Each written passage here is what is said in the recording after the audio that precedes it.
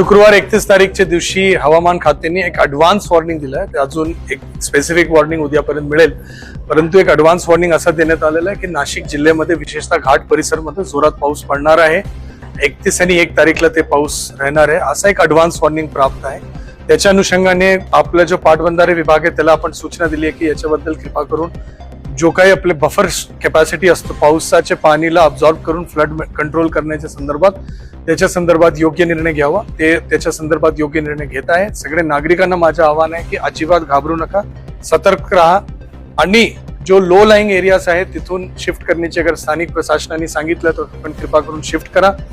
यदि शिफ्ट करण्याची गरज असेल आणि काही सामान वगैरे त्या भागात ठेवण्यात आले असेल तर त्याला सुरक्षित ठिकाणी आपण शिफ्ट करा. प्रिकॉशन घेणं आणि जास्त तयारी करणं ते दरवेळी उचित असते. गरोदर माता ज्यांचे ड्यू डेट 5 तारीख पर्यंत आहे त्याला हॉस्पिटलमध्ये शिफ्ट करण्याची सूचना जिल्हा परिषदने काढलेली आहे.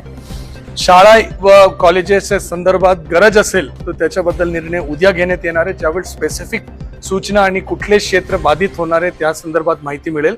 परंतु तिथपर्यंत कुठल्याही अफवावर आपण कृपा करून लक्ष देऊ नका.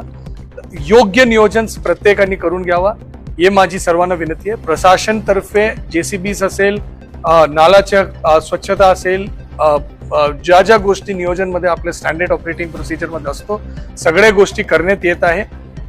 सर्वांना फक्त विनंती आहे, सतर्क राहा आणि कुठल्याही अफवावर विश्वास ठेवू नका.